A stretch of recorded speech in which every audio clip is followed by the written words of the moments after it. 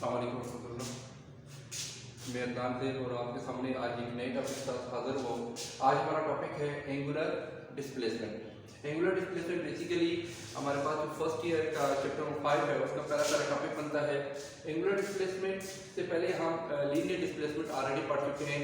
ऐसी डिस्प्लेसमेंट जो एक स्ट्रेट लाइन है यानी शॉर्टेस्ट डिस्टेंस बिटवीन 2 पॉइंट, ये हम ऑलरेडी पढ़ चुके हैं। आज हमारा टॉपिक जो है वो एंगुलर मोशन से रिलेटेड है। तो फर्स्ट कर लेते हैं कि हम हमारे पास एक बॉडी है, एक डिस्क है, वो सर्कुलर पाथ में मूव कर रही है और सर्कुलर पाथ का जो सेंटर है उसको हम ओ से डिनोट कर लेते हैं और लेट से ये उसका रेडियस हो जाता है।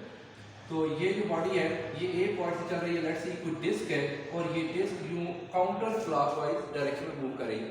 तो इस वक्त ये पॉइंट ए पे है, कुछ देर बाद जब ये डिस्क मूव करेगी तो ये पॉइंट ए से पॉइंट बी पे चला जाएगा और ये यहाँ पे सेंटर में जो डिस्क है वो सर्कल जो एंगल है वो तय करेगा। ये जो एंगल जब भी कोई डिस्क सर्कुलर पाथ में मूव करेगी तो जो एंगल उसके सेंटर पे बनेगा इस एंगल को एंगुलर डिस्प्लेसमेंट बोलते हैं। यानी एंगुलर डिस्प्लेसमेंट क्या होता है? Angle made at the center of the circle by any arc is called angular displacement.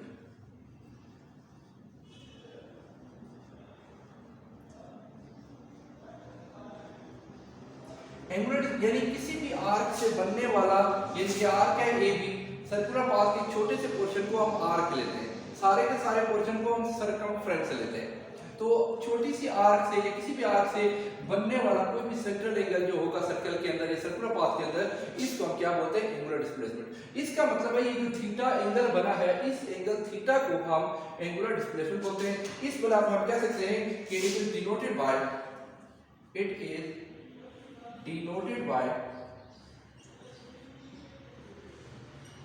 Theta. Angular displacement की जो यूनिट है वो हमने पहले भी पढ़ी हुई है। इसकी यूनिट क्या आ जाएगी? हमने चैप्टर नंबर 1 में इसको फेडरल बोर्ड की जो बुक है उसमें भी स्टडी किया और इसके अलावा जो है हमने इसको पीडी बोर्ड के अंदर भी हमने पढ़ा हुआ है फर्स्ट चैप्टर के अंदर ही कि हमारे पास जो एंगुलर डिस्प्लेसमेंट है उसकी जो यूनिट आती है वो हमारे पास रेडियन आती है। ऐसा यूनिट इसकी रेडियन है, लेकिन रेडियन के अलावा और बहुत सारी यूनिट्स इसकी एंगुलर डिस्प्लेसमेंट की होती है। और कौन कौन सी यूनिट है रेडियन, मतलब ऐसे यूनिट के अलावा डिग्री भी एंगुलर डिस्प्लेसमेंट की यूनिट हो सकती है। इसके अलावा हमारे पास रेवोल्यूशन, रोटेशन, ये सारी जो है वो हमारे पास एंगुलर डिस्प्लेसमेंट की यूनिट बनती है, लेकिन ऐसा यूनिट इसकी रेडियन है। अब यहाँ पे हम डिफाइन करेंगे कि रेडियन कितने, जो रेडियन जो एंगुलर डिस्प्लेसमेंट है वो कितना होता है। तो मैं डिफाइन करने जा रहा हूँ रेडियन। फर्स्ट कर लेते हैं ये जो डिस्क हमारे पास है, ये डिस्क मूव कर रही है अबाउट एन एक्सिस, ये इसका एक्सिस है जो इधर बाहर आ रहा है, आउटवर्ड है। तो जब ये अबाउट एन एक्सिस ये डिस्क मूव करेगी, फर्स्ट कर लेते हैं अगर ये जो डिस्क है ये सर्टेन डिस्टेंस तय करती है along the circular path equal to the radius of the circle। अगर ये अपने रेडियस ऑफ द सर्कल, यानी ये ध्यान में रखिएगा ये रेडियस नहीं है बल्कि ये इतना फासला तय करती है कि लेंथ जो है वो हमारे पास यहाँ से लेकर ए बी जो लेंथ है, ए बी जो लेंथ बन रही है that is equal to radius. अगर ये ए से लेकर बी तक जो लेंथ बन रही है आर्क की लेंथ, अगर ये रेडियस के बराबर हो जाए तो इस आर्क से बनने वाला जो सेंट्रल एंगल होगा इसको हम रेडियन बोलेंगे। मतलब कि रेडियन क्या होता है? The angle made at the center of the circle by an arc whose, ये इंपॉर्टेंट बात है, whose length is equal to radius of the circle, radius of the circle is called radian. यानी अगर इस arc की length radius के बराबर होगी तो इस आर्क से बनने वाला सेंट्रल एंगल एंगुलर डिस्प्लेसमेंट होगा।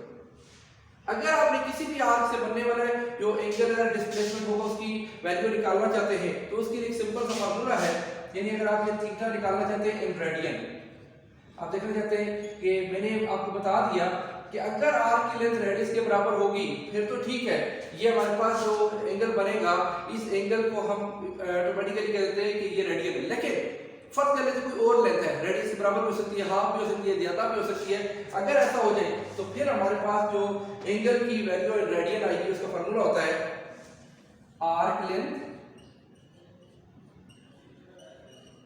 Divided by radius of the same circle. ये इसका फार्मूला, यानी अगर आप कैलकुलेट भी करना चाहें कि आप पूरे सर्कल के अंदर टोटल एंगल कितना होता है रेडियन में पूरे कंप्लीट सर्कल में, तो फिर आप आसानी से निकाल सकते हैं। पूरे कंप्लीट सर्कल की बात कर रहा हूं, आर्क लेंथ पूरे के पूरे सर्कल के अंदर बात करूं तो जो आर्क की लेंथ होती है वो बराबर होती है सर्कमफ्रेंस के, सर्कमफ्रेंस डिवाइडेड बाय रेडियस। ये कब की बात कर रहा हूं, अगर आप कंप्लीट सर्कल की बात करते हैं, इनकम्प्लीट सर्कल